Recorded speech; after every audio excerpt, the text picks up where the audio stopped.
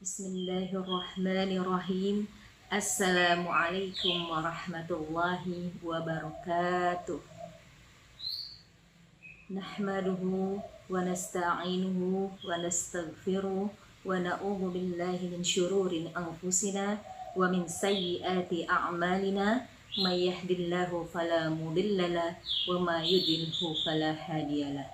Asyhadu an la ilaha illallah wahdahu la syarikalah wa asyhadu anna Muhammadan abduhu wa rasuluhu la nabiyya ba'da. Amma ba'd. Qala Rasulullah sallallahu alaihi wasallam, man shoma ramadhana imanan wa ihtisaban ghufira lahu ma taqaddama min dzambihi. Yang artinya, barang siapa yang puasa di bulan Ramadan karena iman dan mengharapkan ridha Allah, maka akan diampuni dosa-dosanya. Hadis riwayat Bukhari. Ayah bunda yang dirahmati Allah dan anak-anakku yang soleh dan soleha, tidak terasa sudah sampai kita di penghujung Ramadan. Perasaan sedih akan kehilangan Ramadan mulai mengisi hati kita. Bisa jadi ini merupakan Ramadan terakhir buat kita.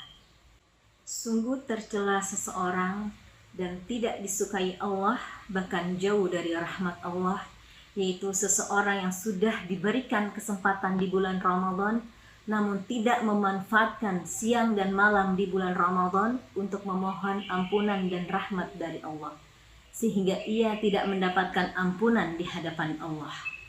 Sekian keutamaan Ramadan, yaitu dijawabnya doa-doa, dilipat gandakannya pahala, diberikan kenikmatan dalam beribadah, dan yang paling utama adalah diberinya ampunan dari dosa-dosa selama kita hidup.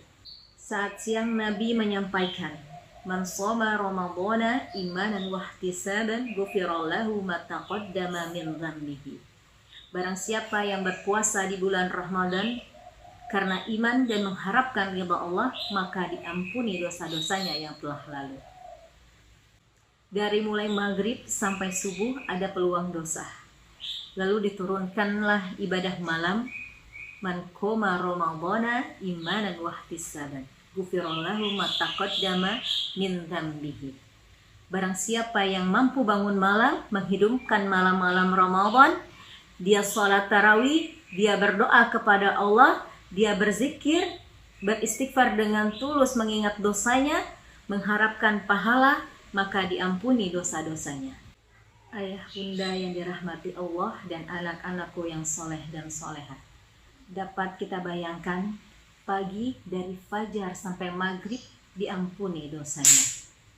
Lalu dari maghrib sampai fajar diampuni juga dosanya. Maka jika diberikan satu hari belum minta ampun, diberikan hari kedua. Hari kedua belum minta ampun, diberikan hari ketiga. Sekarang sudah hari ke-28. Kalau sudah diberikan hari ke-28 belum juga cukup bagi kita untuk memohon ampun kepada Allah, maka berapa hari lagi yang dibutuhkan oleh kita supaya dapati diri kita bersih dari dosa sebelum kita wafat kembali kepada Allah. Karena itu Nabi menegaskan, jika seseorang diberi kesempatan bahkan sampai akhir Ramadan, maka dia tidak harus menunggu akhir Ramadan untuk bertaubat. Siapa di antara kita yang tidak punya dosa? Berapa kali mata salah melihat? Berapa kali mulut salah berbicara? Berapa kali telinga salah mendengar? Berapa kali tangan salah bergerak? Tak ada orang yang tidak punya dosa.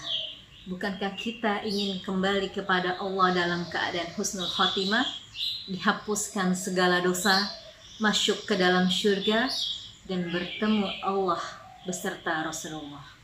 Sadar kita memiliki banyak dosa, diberi kesempatan Ramadan, namun kita belum juga bertobat. Berapa waktu lagi yang dibutuhkan untuk Allah memuliakan kita sebelum kita berpulang kepadanya? Karena itu, mari sibukkan diri, mengevaluasi diri untuk segera memohon ampunan dari Allah Subhanahu wa Ta'ala. Ciri paling nyata seseorang telah diampuni dosanya yaitu menjadi pribadi yang lebih baik. Diampuni dosa mata, maka mata melihat yang baik-baik. Diampuni dosa lisan, maka selalu menjaga lisannya untuk berkata yang baik. Diampuni dosa telinga, maka digunakan telinganya untuk mendengar yang baik-baik. Diampuni dosa kaki, maka kaki dilakukan untuk melangkah ke tempat yang baik-baik. Jika kita bisa pertahankan keadaan ini istiqomah sampai wafat, maka Allah akan menjamin wafatnya husnul khotimah, disediakan kenikmatan kubur dan berpulang ke rahmatullah dengan keadaan bahagia. Semoga di hari ke-28 ini Allah mengampuni dosa kita, menerima taubat kita, dan menjadikan diri kita pribadi yang lebih baik. Seseorang dimuliakan Allah dengan amal solehnya, bukan dari jabatannya, bukan dari kecantikannya, bukan dari ketampanannya, bukan dari harta bendanya, dan bukan dari kebanyakan atau ketinggian ilmunya. Namun, bagaimana semua itu bisa menjadikan dia dekat dengan Allah dan bisa banyak melakukan amal soleh. Wallahu a'lam bishawab. Wassalamualaikum warahmatullahi wabarakatuh.